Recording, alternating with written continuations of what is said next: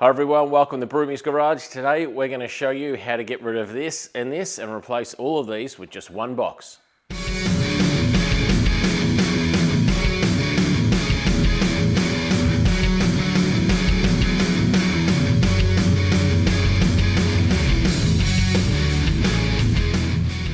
Right, so thanks for tuning in this video. If you clicked on it, you probably want to know more about what a PDM is, how it works, and maybe even how to program it. We'll definitely run over all of that in this video, and I'll show you exactly how it all works here on my 1993 RX7. So a bit about the RX7. It's a 1993 RX7. It's got a 2-rotor 13B engine, 88mm turbo, Fueltech FT600 ECU, and a Hardwire Electronics PDM unit. So PDM units are what we're going to focus on today, and we'll discuss a bit more about that now. So PDM is increasing in popularity now. Many of you may already know what it is, and you click on this video to see about some functionality, or maybe specifically with Hardwire Electronics one, how that works. But for those that don't know, a PDM is a power distribution module. In that it is basically something that transmits power to other items, and you can program it to control what you want to do and how you want it to do it. Traditionally, you would have fuses and relays and all wires running out of those fuses and relays. You know, every relay essentially has at least 4 wires running into or out of it.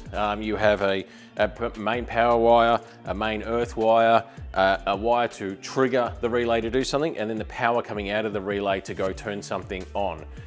With a PDM, essentially you only have 1 wire coming out of it, and a lot of the other stuff is done electronically internally. So you have one main big power feed, then you have a lot of power feeds coming out of it. You can also have some inputs going into it to trigger certain things, or in the case of the Hardwire Electronics one, working brilliantly with the Fueltech FT600 we have here, 2 wires via CAN bus transmit a heap of data, and I don't actually need to use a lot of those input channels. So if you're starting out building a car and you're thinking about, oh, I might go PDM, what's some of the benefits? Well, main benefits are you get rid of all those relays, all those fuses. So this is a Hardwire Electronics PDM25. That means it has 25 output channels. That means essentially, you know, I've put in the bin 25 relays, 25 fuses, and yeah, it's all contained in one box.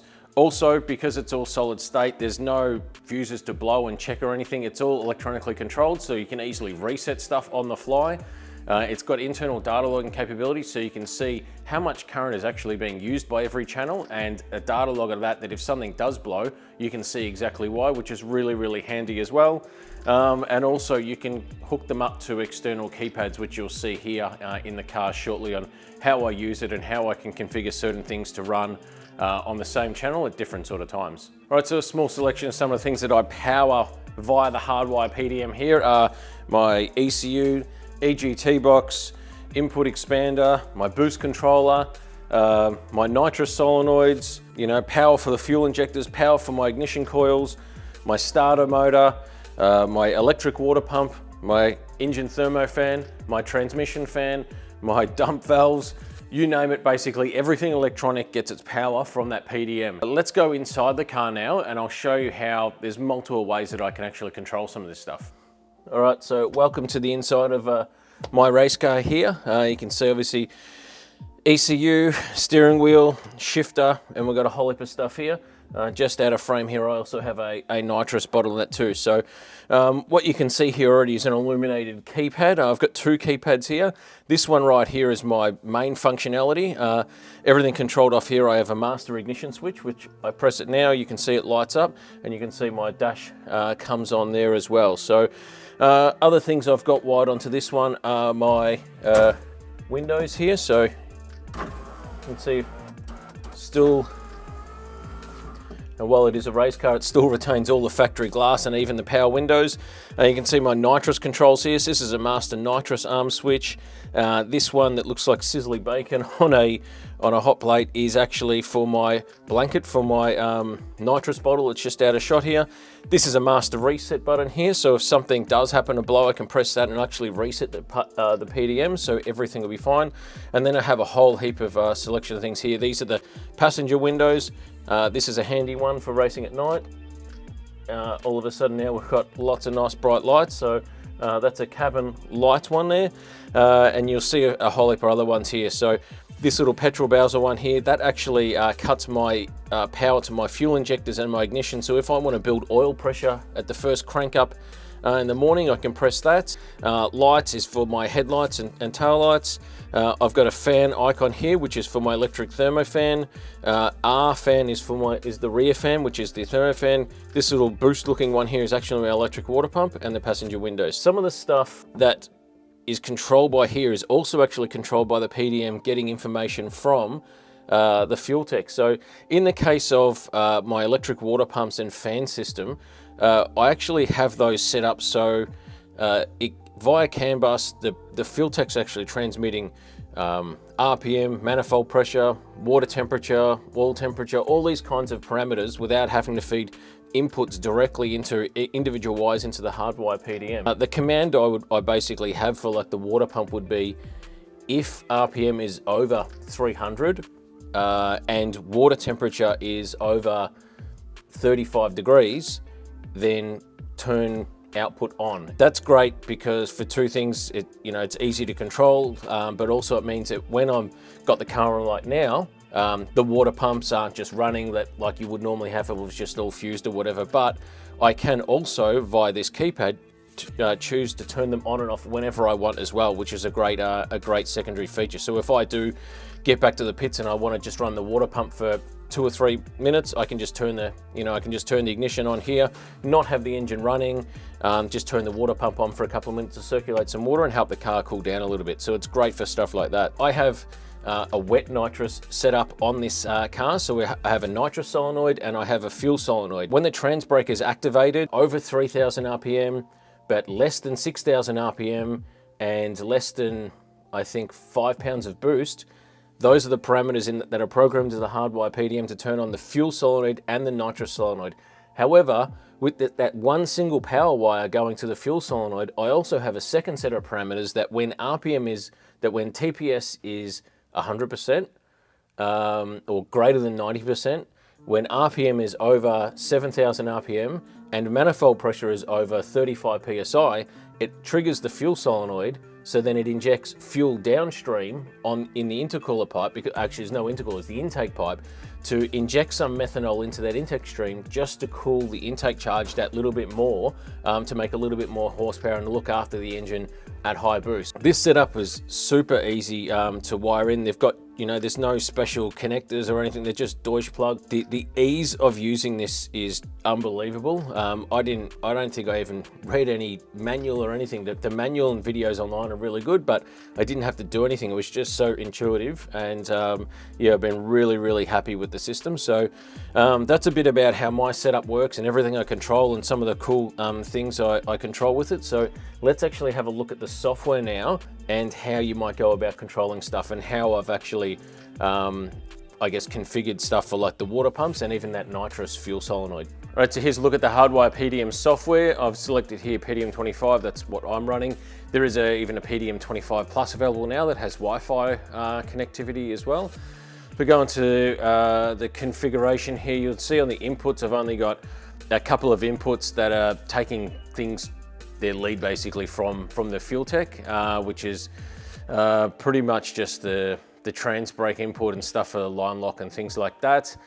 In terms of outputs, you can see you've basically got all of them being used. And yeah, there's plenty of them here and that. So some of them are just basically very simple sort of channels that are set up. So you can see here, this one is just, it supplies power to the boost controller when the ignition on that keypad that we were using before, once that button is pressed, i.e. equals true, then that's it. It sends power straight to that boost controller. So that's a really basic style of output. So you can see here that the low fuse, high fuse and peak fuse. So essentially, the high fuse is where it will blow, so to speak. The peak fuse is where it will allow it to hit that extra limit of 20 amps for, here we see 40 milliseconds. So if you do have like an inrush current for like a fuel pump turning on or a thermofan turning on, where they actually take a lot of current to turn them on and get get spinning and then they settle. You can set that time to be, you might know that the thermofan is only meant to draw 10 amps, so you might set the fuse at 15 amps, but you might set the peak fuse at 25 or something like that for a certain amount of time, so that when that big current rush first comes in, it doesn't just pop the theoretical fuse here. So you can also see here there's different times for how long it stays on, the clearing time, and then the retries and that. So that's great there. I'll go down to something that's a little bit more, I guess, complicated. We go to thermofan here.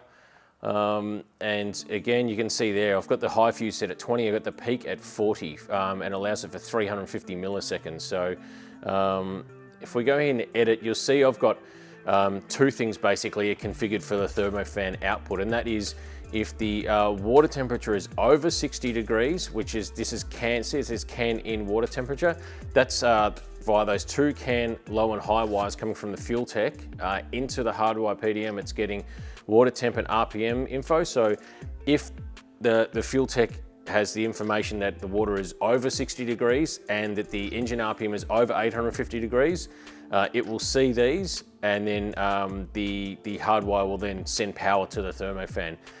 If only one of these are met or none of them's met, it won't turn on. And you can see here, or means that if my keypad button is pressed for thermofan, that means it will also turn the fan on. Let me just show one more on here, fuel sol.